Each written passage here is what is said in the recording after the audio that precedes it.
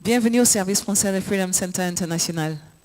Le message que je veux partager avec vous aujourd'hui, je l'ai intitulé « Crois-le sur parole ». Il y a des gens, quand ils te donnent des promesses, en général, tu dois réfléchir avant de croire.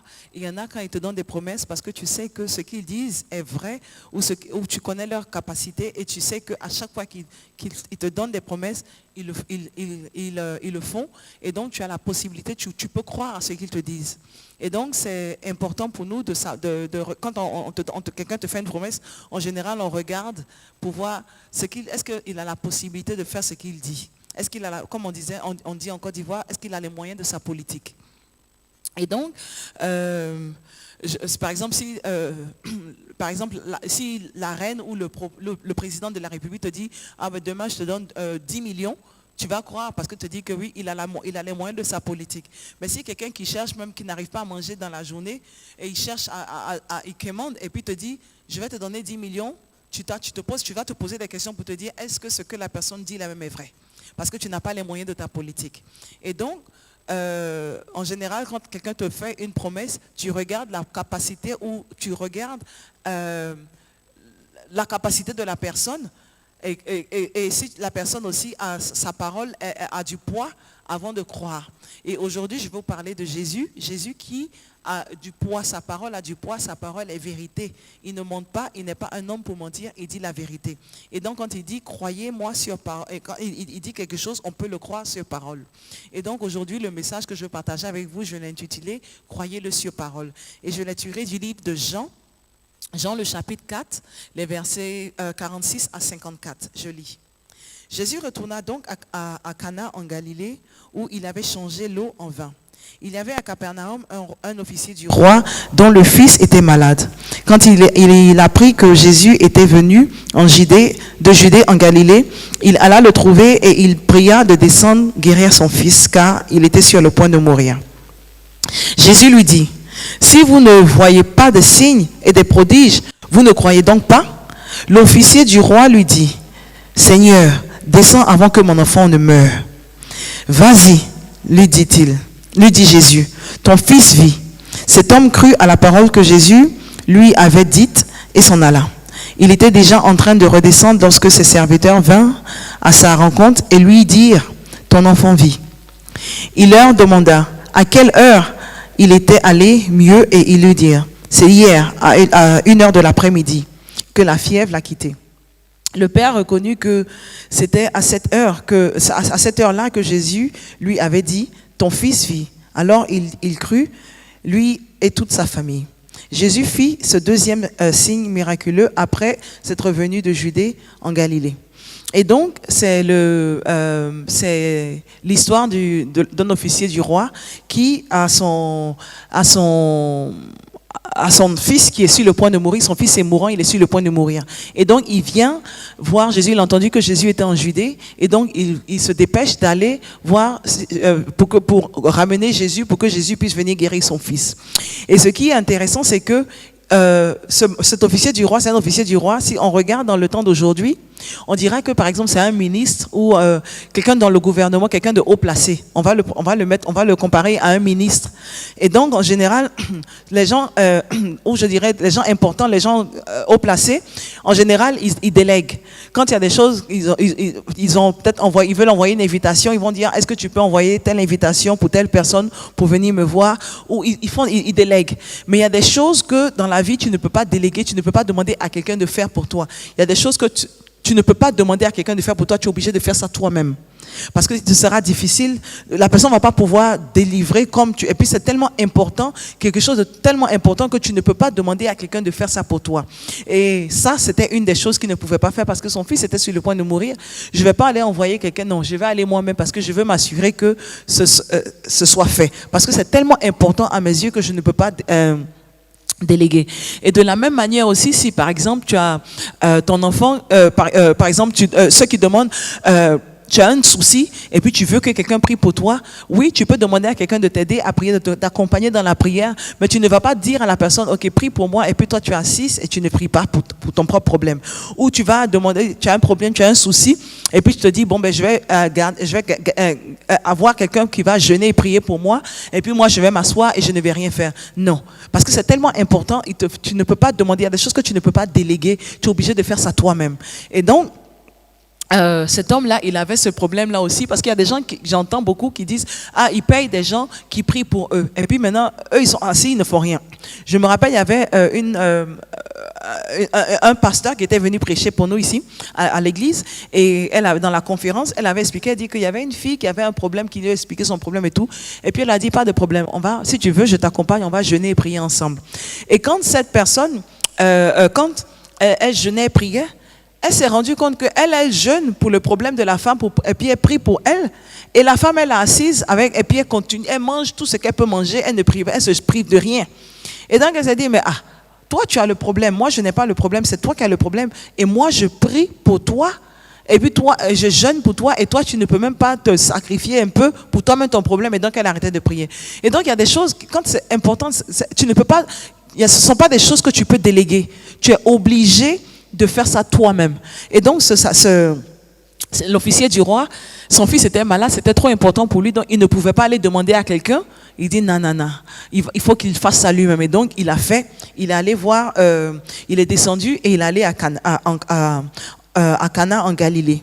Et donc, il a vu que, à Capernaum, Jésus était là, et donc, pardon, pas à Capernaum, en Galilée, Jésus était là et il a dû entendre ce que Jésus faisait, les miracles que Jésus avait produits. Et donc il s'est dit, non, il faut forcément que moi j'aille voir ce Jésus parce que mon fils est sur le point de mourir. Et c'est le seul espoir où on dira c'est le dernier kata. En Côte d'Ivoire, on dit c'est le dernier kata. Et donc il s'est dit, non, il faut que j'aille voir Jésus pour que Jésus puisse guérir mon fils. Et donc il s'est levé, il est parti. Il n'a pas délégué, il n'a pas demandé à quelqu'un de faire ça pour lui, il est parti. Et donc, le verset 45, il dit, quand il apprit que Jésus était venu en Galilée, il alla le trouver et il le pria de descendre, guérir son fils, car il était sur le point de mourir. Et donc, il lui demandait, quand on dit le prier, c'est-à-dire, il demande pardon, il faut venir, et puis Jésus ne bouge pas, mais pardon, je te demande pardon. Quand tu le pries, tu le demandes pardon, je te demande pardon, tu le supplies. Pardon, il faut venir guérir mon fils, mais Jésus ne bouge pas. Pardon, il faut venir, et Jésus ne bouge pas. Et donc, il a continué de prier, de demander pardon. Et puis, il n'arrêtait pas de demander. Et puis, Jésus lui a dit, donc vous là, si vous ne voyez pas de signe, vous ne croyez pas.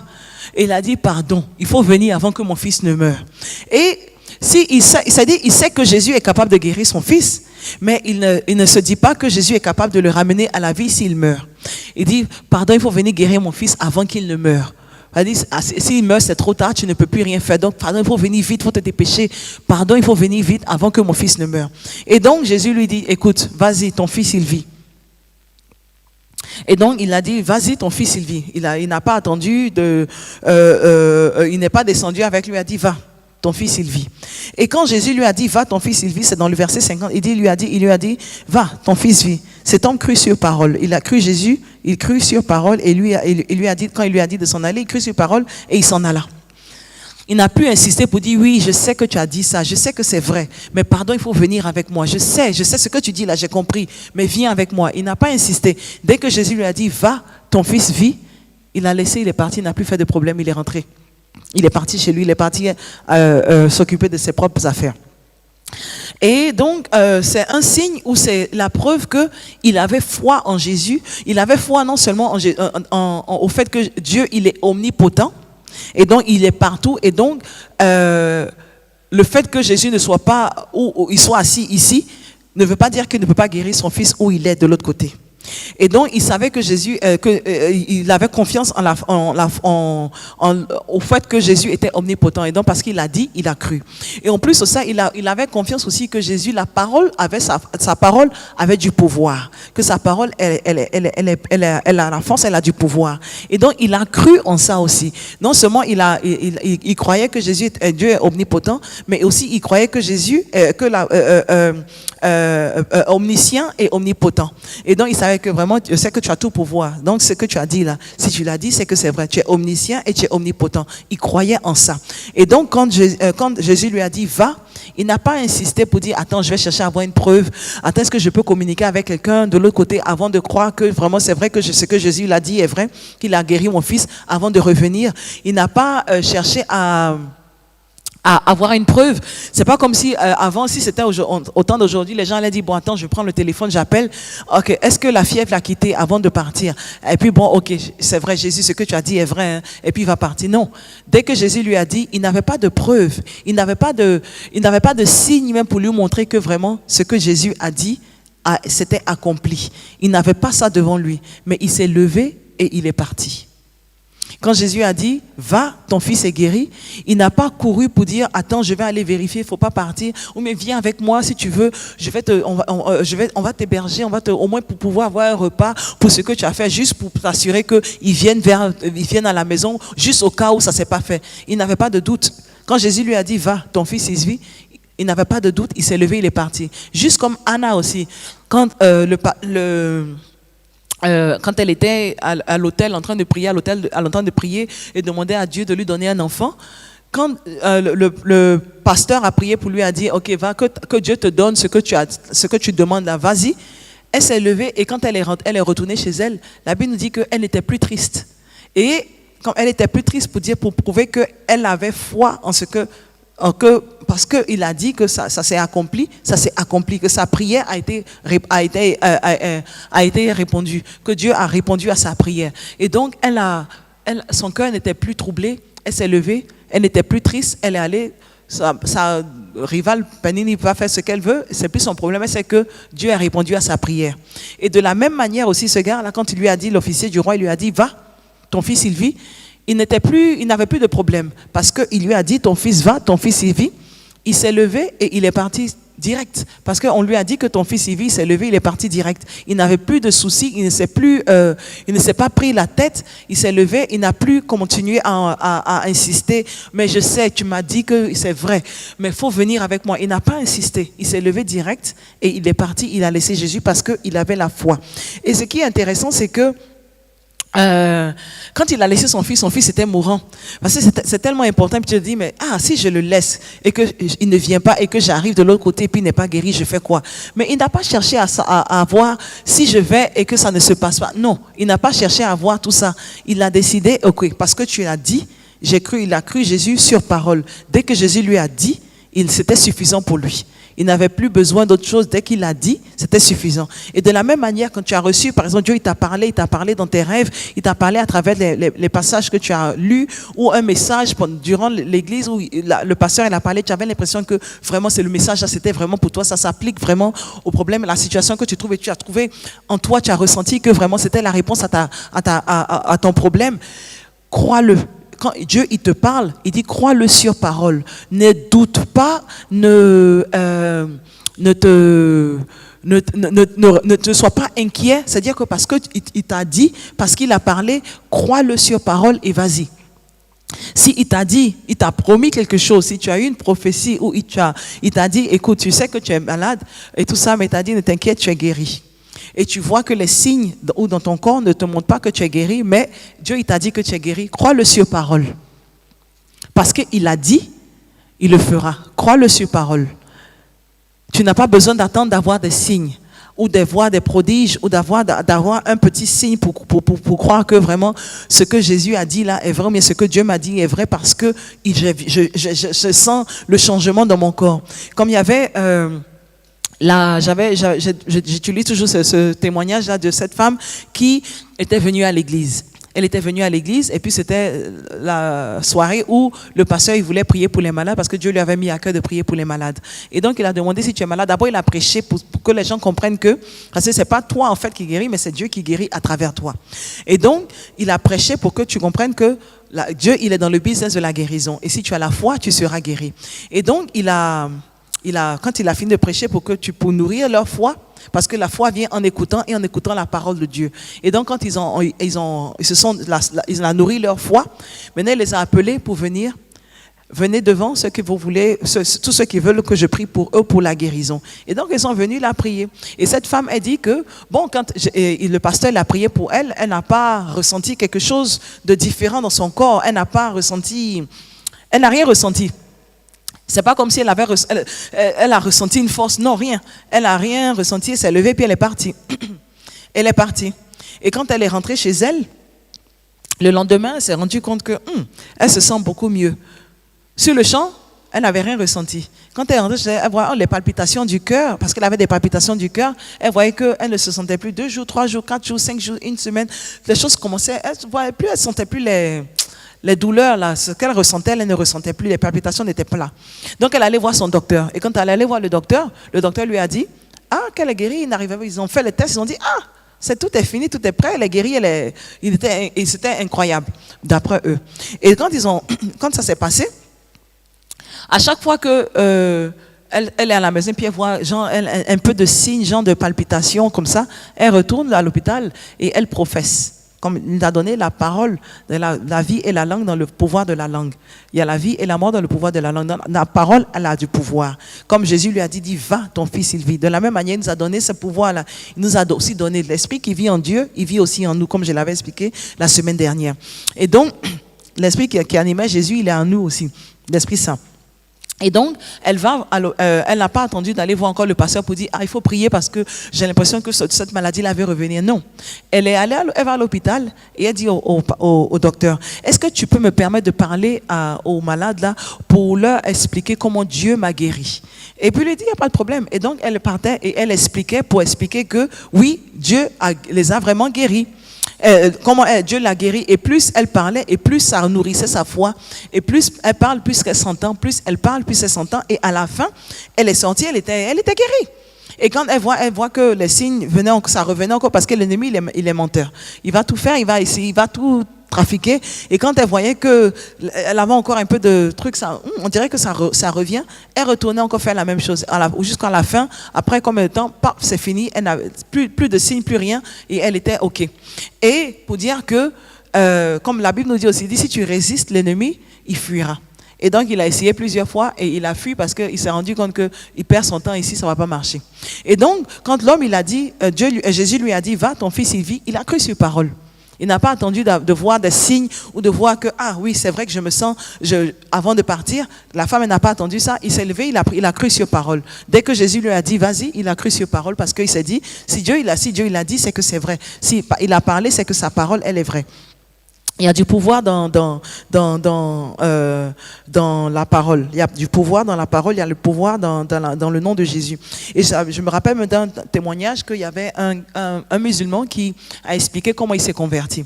Il dit au début, quand il avait des camarades chrétiens qui lui parlaient de Jésus, ça l'énervait tellement que quand ils viennent, il dit, je les frappais. On dit, tu les frappais comment? Il dit, physiquement, je les frappais, je tombais sur eux, je les frappais parce que je ne voulais rien entendre. Et il dit un jour, il y avait une voisine qui était là, il y avait un programme à l'église, et puis elle avait demandé, elle avait sa fille qui était infirme, elle était sur chaise roulante, elle ne pouvait pas marcher. Et donc, elle lui a dit, bon, est-ce que tu peux nous déposer, parce qu'on a besoin de quelqu'un pour nous déposer, je sais que ma fille elle est sur chaise roulante, est-ce que tu peux nous aider pour aller qu'on appelle ça, au service ce soir? Et donc, il lui a dit, ok, pas de problème, qu'il les a accompagnés. Donc, et quand il a garé sa voiture, c'était à côté pas loin de la mosquée aussi. Donc il se disait, il ne voulait pas que les gens le voient parce qu'il est supposé être imam ou il était en ligne pour être le prochain imam. Donc il ne voulait pas que les gens le voient. Et donc maintenant, les voitures, il a garé sa voiture, puis les gens l'ont bloqué, donc il ne pouvait rien faire. Et puis la petite, elle était là, elle veut partir. Donc il ne voulait pas décourager la femme, il ne voulait pas lui dire, ok, tu sais quoi, cette histoire la même, je ne peux plus, il était bloqué, il ne pouvait plus faire demi-tour. Et donc il dit, bon, puisqu'on est bloqué, il va soulever la petite et puis il va l'envoyer où ils s'en vont là parce qu'ils sont bloqués. Donc il soulève la petite et puis dans le micro, il y avait quelqu'un qui criait Jésus, Jésus, Jésus, Jésus. Et donc quand il criait, il entendait Jésus, Jésus, Jésus. Et puis il dit, quand il entendait bien un coup comme ça, les pieds de la petite se sont levés. Il dit, mais attends.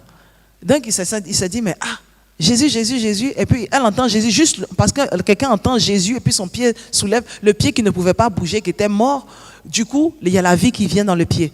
Donc il s'est dit, Et donc, quand ça s'est passé, et à la fin, la petite, elle a commencé à marcher. Donc, ça l'a sauté à l'œil. Et du coup, il a cherché à savoir un peu plus. Et puis, c'est là qu'il a compris qu'il y a le pouvoir dans le nom de Jésus. Jésus, c'est pas juste un nom, il y a le pouvoir dans le nom de Jésus. C'est comme quand tu fais des cauchemars. Je sais pas si ça vous est arrivé, mais moi, ça m'est arrivé plusieurs fois où tu fais un cauchemar où tu es sous attaque. Et puis, dès que tu cries le nom de Jésus, paf, tu te réveilles, tu sors de là. Il y a le pouvoir dans le nom de Jésus. Même quand tu dors, c'est le pouvoir dans le nom de Jésus, toujours, même dans tes rêves. Son nom a du pouvoir. Partout où tu te trouves, son nom a du pouvoir. Et donc, c'est important pour nous de croire quand il te dit, de savoir que non seulement il y a le pouvoir dans le nom de Jésus, parce que la Bible nous dit qu'au nom de Jésus, tout genou fléchit. Et donc, il y a le pouvoir dans le nom de Jésus. Et Jésus, quand il te dit, va, ton problème est résolu, crois-le sur parole. Et beaucoup d'entre nous, on attend toujours que le pasteur prêche pour nous, ou que le pasteur nous impose les mains avant de pouvoir y croire. Lui, quand ça s'est passé, il n'a pas cherché à voir si vraiment le miracle avait opéré. Il n'a pas cherché à chercher, attends, ok, si tu ne veux pas venir, attends, je vais aller vérifier avant de revenir. Non, il n'a pas fait ça. Il n'a pas cherché à avoir une garantie ou avoir le signe avant de croire. Dès que Jésus lui a dit, va, ton fils y vit, il a cru sur parole. Il a cru là et là. Et donc, quand tu reçois une prophétie, mais quand Dieu te parle, il t'a dit, voici dans tes prières, de manière intime, avec ta relation avec Dieu, dans ton moment intime avec lui, il te dit des choses, il te prie, il te donne des révélations de ce qu'il va faire dans ta vie. Crois-le sur parole. N'attends pas que ce soit, par exemple, le pasteur ou le prophète qui vient te dire, crois-le sur parole avant de pouvoir croire. Crois-le sur parole. Avant que le pasteur dise, et puis tu as dit, ah, je me rappelle, Dieu m'avait dit ça, ah, donc c'est vrai, maintenant tu vas croire. Non, n'attends pas. Dès qu'il te dit, crois-le sur parole. Ou alors quand tu as une maladie et puis le pasteur il prie pour toi, ou même toi-même tu pries pour ta guérison, tu n'as pas besoin d'attendre parce que Dieu il est partout. Jésus a dit, va, il vit, et l'enfant où il se trouvait, il a eu la guérison. Il n'y a pas un endroit qui soit trop loin ou trop proche pour Jésus. Il est partout, Dieu, il est partout. Il est partout, il est omniprésent. Il est omniprésent et il est omniscient, il a tout pouvoir. Il est omnipotent, il a tout pouvoir. Et donc, c'est important de savoir que Dieu, il a des qualités, il est omniprésent, il est omnipotent, il est omniscient, et donc il a tous les pouvoirs, il est partout et il a tous les pouvoirs. Et donc quand ici tu n'as pas besoin, tu ne te dis pas que j'ai besoin d'aller à l'église avant de pouvoir recevoir ma guérison. Oui, je suis chrétienne, oui, je vais à l'église, mais il faut que je sois là aujourd'hui, là, sinon je ne pourrais pas, parce que Dieu, il peut te trouver où tu es là. Il n'y a pas d'endroit où tu sois que Dieu ne peut pas te toucher. Il n'y a pas d'endroit où tu sois qui soit trop loin ou trop caché pour que Dieu puisse se trouver là où même les hommes ne peuvent pas aller là. Jésus, il va là-bas. Et il va là-bas pour t'arracher de la main de l'ennemi. Et donc, ne te dis pas que tu as besoin que le pasteur prie pour toi avant de pouvoir être guéri. Il faut qu'il t'impose les mains afin de pouvoir croire que Dieu, il a fait le miracle. Non, il peut le faire, le miracle. Il n'a pas, parce que le pasteur, c'est juste, je dirais, un tuyau ou un vaisseau. C'est un vaisseau que Dieu utilise pour guérir. Mais c'est Dieu, la guérison, elle vient de Dieu. C'est pas le pasteur qui guérit, mais c'est Dieu qui guérit à travers toi. Mais à travers le pasteur ou à travers la personne qui t'impose la main. Mais le pasteur, lui, il t'impose la main, mais toi, tu dois avoir la foi. Tu as besoin d'avoir la foi pour pouvoir recevoir, parce que la foi, c'est la monnaie d'échange entre nous et Dieu. Donc, tu as besoin d'avoir la foi pour pouvoir recevoir ce que tu demandes. Le pasteur, il peut t'imposer les mains, mais si tu n'as pas la foi, tu ne pourras pas recevoir ce que tu demandes. Et tu vas dire, ah, le pasteur, il a prié pour moi, rien ne s'est passé. C'est selon ta foi. Quand le monsieur, Jésus a dit à l'officier du roi, va, ton fils y vit, non seulement il n'a pas attendu de voir des signes pour pouvoir croire que son fils était vraiment vivant, que la maladie l'avait quitté, la fièvre l'avait quitté, il n'a pas attendu d'avoir une confirmation, il s'est levé, paf, et il est parti parce qu'il avait foi en ça. Et donc c'est important pour nous d'avoir foi quand il te dit quelque chose. Et ce qui est intéressant, c'est que quand il lui a dit, va, ton fils il vit, il ne s'est pas précipité pour dire, bon attends, tu m'as dit que mon fils il vit là, bon ben, il faut que j'aille vraiment Il faut que j'aille pour pouvoir m'assurer que mon fils il vit. Donc, attends, il faut que j'aille voir. Non, il ne s'est pas précipité, il n'a pas couru. Il faut que j'aille sur le champ là pour m'assurer que ça soit fait avant que tu ne bouges. Non, il a pris son temps pour pouvoir entrer à la maison. Comment je sais qu'il a pris son temps? Dans le verset 52. Dans le verset 51, il dit, il était déjà en train de redescendre lorsque le serviteur vient à sa rencontre et lui dire, ton fils vit. Et donc son serviteur, quand ils ont entendu que oui, et qu'ils ont vu que l'enfant vivait, donc il est revenu maintenant annoncer la nouvelle. Il venait annoncer la nouvelle pendant que lui aussi il rentrait à la maison. Donc ils se sont rencontrés en chemin. Et puis il lui a dit, ton fils vit. Et donc le verset 52, il dit, il lui demanda à quelle heure il est allé mieux. Et il lui a dit, c'est hier à 1h de l'après-midi. Et donc, c'était le miracle. Quand Jésus lui a dit, va, c'était la journée d'avant dans l'après-midi. Il ne s'est pas précipité pour dire, tu sais quoi, je ne peux pas attendre là, il faut que même si je dois marcher toute la nuit, je vais marcher toute la nuit pour arriver à la maison pour m'assurer que mon fils y vit avant que Jésus ne se déplace. Non. Quand il lui a dit, il a pris son temps. Et c'était maintenant hier. Il dit hier dans l'après-midi. Donc, il n'a pas cherché à marcher toute la nuit avant de rentrer rapidement. Non. Il a pris son temps, il est resté où il était, et puis le lendemain, il a commencé à marcher pour prendre sa route. Et donc, pourquoi? Parce qu'il n'avait plus de trouble, il n'était plus troublé le fait que mon fils va mourir, non. Dès que Jésus lui a dit, va, ton fils y vit, il avait la paix. Parce que Jésus lui a dit, il a cru que ce que Jésus a dit là est vrai. Et Jésus a fait il a guéri son fils à distance. Et comme je dis, il n'y a pas un endroit où que tu sois qui soit trop loin pour que Jésus puisse te toucher. Il n'y a pas d'endroit qui soit trop difficile ou trop caché pour que Dieu puisse te trouver. Là où tu es, là, Dieu peut te toucher. Là où tu es. Il y avait quelqu'un qui était dans la vie de ténèbres. Il vivait depuis qu'il est bébé. Il était là-bas, il a grandi avec les gens des ténèbres et tout ça. Il expliquait comment il s'est converti. Son nom c'est Gabriel, il est sur les réseaux sociaux. Quand il s'est converti, il dit, oui, il était là même, il n'avait jamais entendu parler, quand on lui parlait de Jésus, c'était Jésus, c'était Jésus qui était le méchant. Et puis quelqu'un comme ça, un jour ils sont sortis et puis il y a quelqu'un qui lui a expliqué, qui lui a parlé de Jésus et puis ça a tiqué dans sa tête. Et donc, pour expliquer que là où il se trouvait, là, on va dire, mais comment quelqu'un qui vit même dedans, il est entouré des fétiches, et des chefs fétiches, des prêtres fétiches et tout ça. Et Dieu a pu le toucher là où il était. Il dit là où il est, dans sa chambre, dans la maison où les gens ils auront peur de rentrer, là où il était là. Là. Jésus est venu le trouver dans sa chambre. Et quand Jésus est venu, tous les démons l'ont fui. Ils l'ont laissé seul. Il dit que c'était la première fois depuis qu'il est né que les démons l'avaient laissé. C'est pour expliquer que peu importe l'endroit où tu te trouves, Jésus peut te toucher où tu es.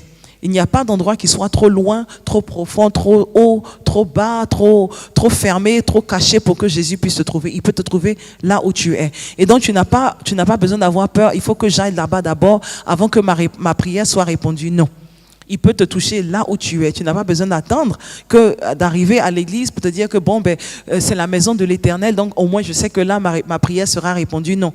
Là où tu te trouves, Dieu il est aussi parce qu'il est omniprésent. Et donc, quand il lui a dit, vas-y, ton fils il vit, il a cru sur parole.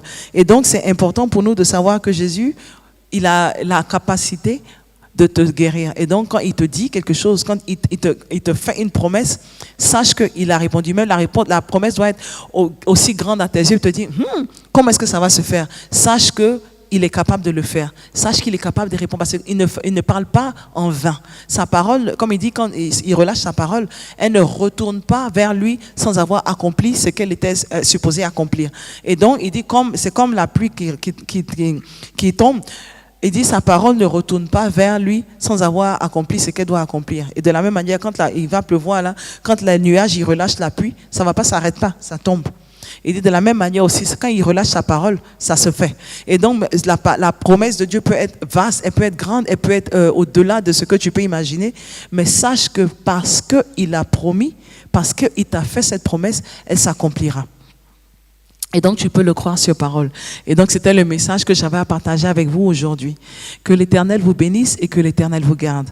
Que l'Éternel fasse briller sa face sur vous et vous accorde sa grâce. Et que l'amour de Dieu et la communion du Saint-Esprit soient avec vous tous. Vous et vos enfants pour des milliers de générations habiteront dans la maison de l'Éternel pour toujours et toujours. Amen.